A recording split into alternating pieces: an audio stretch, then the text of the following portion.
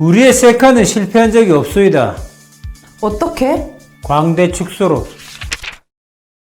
오늘의 주제, 광대 축소술입니다. 어떤 광대가 예쁜 광대인가요? 네, 옆광대 돌출이 적고 45도와 앞광대의 볼륨이 어느 정도 있는 광대가 좀 생기 있어 보이면서 어려 보이는 광대라고 할 수 있겠습니다. 그러면 옆, 앞 45도 광도 어떻게 나눠지나요? 네, 눈꼬리를 기준으로 눈꼬리에서 직하방 선을 그려보면 이 부분이 일반적으로 45도 광대가 있는 부위예요. 네. 거기서 앞쪽으로, 코 쪽으로 가게 되면 앞광대, 그리고 뒤쪽으로 가게 되면 옆광대라고 할 수 있죠. 어떤 사람이 광대 수술을 받으면 좋을까요? 광대가 큰 사람이요. 네.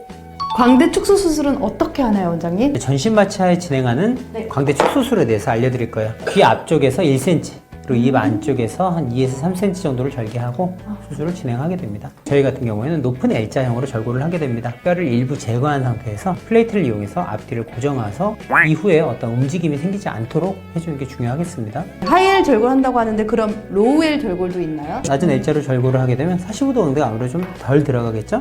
일반적으로 45도 광대 돌출이 있는 경우에는 최대한 높은 L자 절골을 이용하는 게 제일 안전하다고 보여집니다. 퀵광대는 어떤 수술 방법이 빨리 끝나서 퀵인가요? 수술 자체가 좀 더 빨리 끝나는 것도 있지만 회복 기간이 좀 더 중점을 맞춘 거고요. 아무래도 박리 범위가 좁다 보니까 빠른 회복, 직후에 바로 정상적인 식사가 가능하다라는 장점이 있겠죠. 45도 광대는 갈아주게 되고 네. 이제 뒤쪽은 절골을 해서 밀어 넣고 탄성을 이용해서 꺾어 넣어주는 겁니다. 퀵광대 해야 되냐 3D 광대 해야 되냐. 자, 첫 번째, 내가 나이가 35살 이상이다. 3D. 3D만 해야 돼요. 왜 퀵광대는 왜? 퀵광대는 기본적으로 뼈의 탄성을 이용하는 거예요. 뼈도 석회화 되고 이 탄성이 사라져요.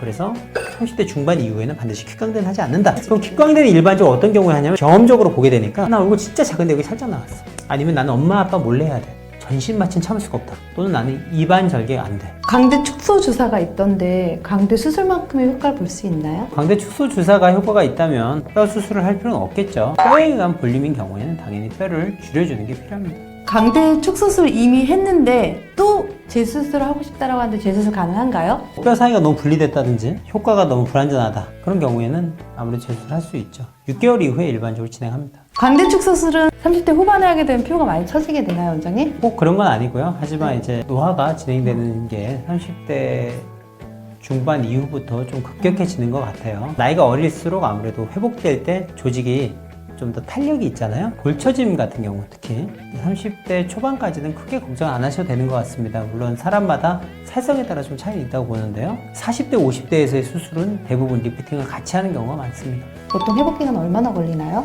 광대 축소술에 있어서 이제 큰 붓기는 3, 4일 정도 보고 있는데요. 실제로 잔 붓기는 한 2, 3주까지도 가죠. 3D 광대는 입원은 필요 없어요. 땡기면 하면 안 해.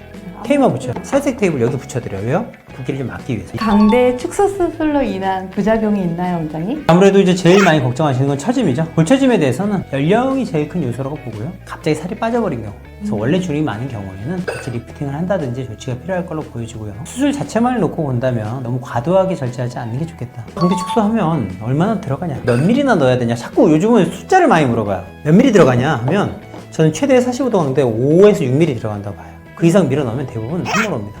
그 외에 이제 또 일어날 수 있는 부작용은 좀 부비동염 걱정하셔야 돼요. 원래 부비동염이 있던 분들은 부비동염 좀 생길 수 있고 감각이 초반에 떨어질 수 있는 거 그건 좀 알고 계셔야 돼요. 입이 잘 안 벌어지죠?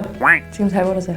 오늘은 광대 축소술에 대해 알려드리는데요. 광대 축소술에 대해 궁금하셨던 분들에게 큰 도움이 되었기를 바랍니다. 좋아요, 구독하기, 알람 설정 눌러주세요. 어쨌든 오늘 이거 만들어줘서 고맙습니다. 시청자분들과의 어떤 소통 채널, 이제 하얀 배경에 하얀 옷 아닌 거 아니냐 그래서 또 우리 준비해봤어요. 반응이 좋으면 제가 여기 견장 하나 달도록 하겠습니다.